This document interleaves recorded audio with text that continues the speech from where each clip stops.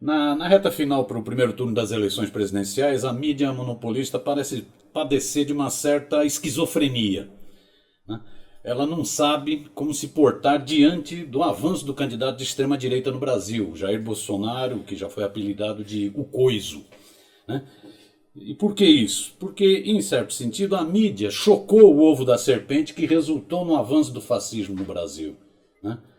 Ela ajudou a obrar o Jair Bolsonaro, né, e a sua milícia de fanáticos e de oportunistas.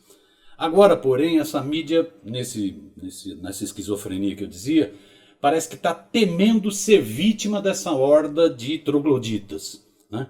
Essa horda que prega o ódio, prega a violência contra tudo e contra todos. Então a mídia está vivendo essa esquizofrenia.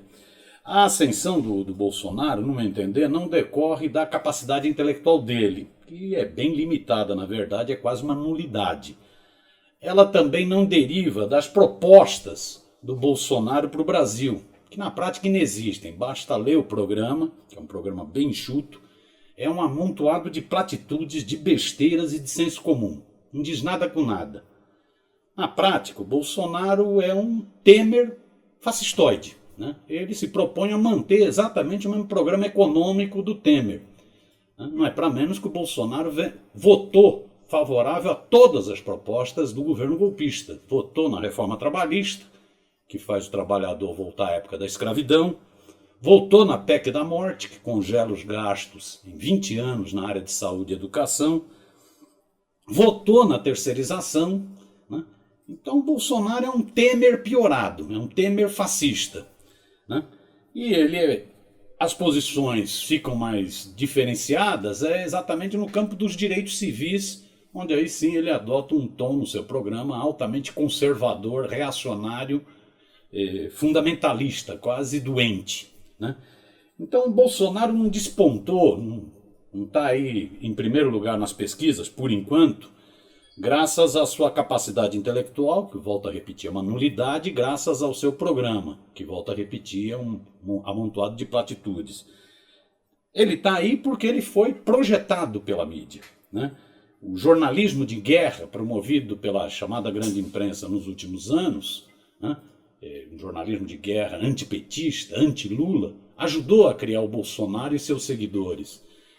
Esse jornalismo de péssima qualidade, né, que estimula a violência, que trata a segurança nas cidades de forma baixa, né, ajudou a criar o Bolsonaro. O Bolsonaro foi chocado, foi obrado pela mídia, né,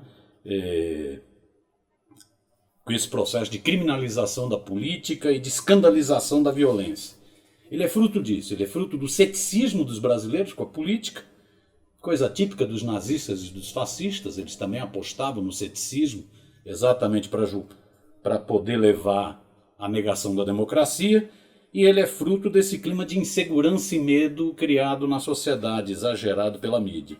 Sem os serviços prestados à sociedade por essa mídia, sem os péssimos serviços prestados por essa mídia, Bolsonaro não existiria.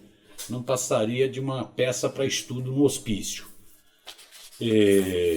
Essa aberração, porém, agora está despertando temores nos próprios barões da mídia, porque essa aberração cresceu. Essa aberração hoje, esse monstro, cresceu e pode sair do controle. E se sair do controle, a mídia teme por pior para ela. Ela pode engolir do seu próprio veneno. É bom não esquecer o passado. O passado mostra. A mídia apoiou o golpe militar, né, achando que ia mandar e desmandar nos generais que passavam a comandar o país. Parte da mídia sofreu a censura. Parte da mídia sofreu perseguição política, né? Então o veneno se voltou contra a própria imprensa no golpe de 64. Não precisamos ir no passado, podemos ver situações presentes em outras partes do mundo. Veja o caso dos Estados Unidos, né? Parte da mídia ajudou a eleger o Trump nos Estados Unidos e agora é vítima do Trump. O Trump tem destilado veneno contra jornalistas, um tom muito agressivo, né? Mas a gente não precisa nem ir ao passado, e é bom lembrar, o Trump é o herói predileto do Bolsonaro por seu complexo de vira-lata. Mas a gente não precisa nem ir ao passado, nem pegar a experiência de outros países. A gente pode ver aqui no próprio Brasil, né? É só ver a atitude recente de alguns seguidores mais fanáticos do Bolsonaro. Eles têm feito ameaças abertas a jornalistas e inclusive a celebridades midiáticas, né? Atores, atrizes, né? Agora, no caso, várias atrizes globais, numa postura correta, têm convocado para o ato, né? Ele não, né? Contra o machismo, contra a homofobia, contra o racismo, e têm sido ameaçadas escancaradamente, abertamente nas redes sociais. Então esses seguidores do Bolsonaro, se bobear, se for esses mais fanáticos, se for pela vontade deles, eles esganam jornalistas na rua, né? Antes mesmo, mas não são só os seguidores, antes mesmo da facada lá de Juiz de Fora, o próprio Bolsonaro vinha exibindo cada vez maior agressividade com relação aos meios de comunicação e aos jornalistas. Vinha adotando postura cada vez mais agressiva, né? Ele chegou, depois da entrevista dada ao William Bonner, chegou nas redes sociais a postar no seu jeitão grosseiro, de hábito, que lhe dá voto, né? Ele chegou a insinuar que o William Bonner era um corno. Essa foi a expressão dele, né? Na forma grosseira, machista que ele sempre tem, né? Então, os setores da mídia têm visto esse crescimento como uma coisa perigosa, né? É um risco, né? A mídia o tempo inteiro trabalhou para criar um candidato forte, uma candidatura forte do chamado centro, que na minha opinião é a direita civilizada, entre aspas. Ela trabalhou pelo Alckmin. O Alckmin não deu certo. Ela continuou trabalhando para criar um candidato de centro, né? Essa semana mesmo, uma reunião deu zebra, que seria uma reunião para tentar acertar esse chamado centro para uma candidatura única ainda no primeiro turno. Não deu certo. O que vai pintando é um segundo turno, Haddad, que cresce, e Bolsonaro.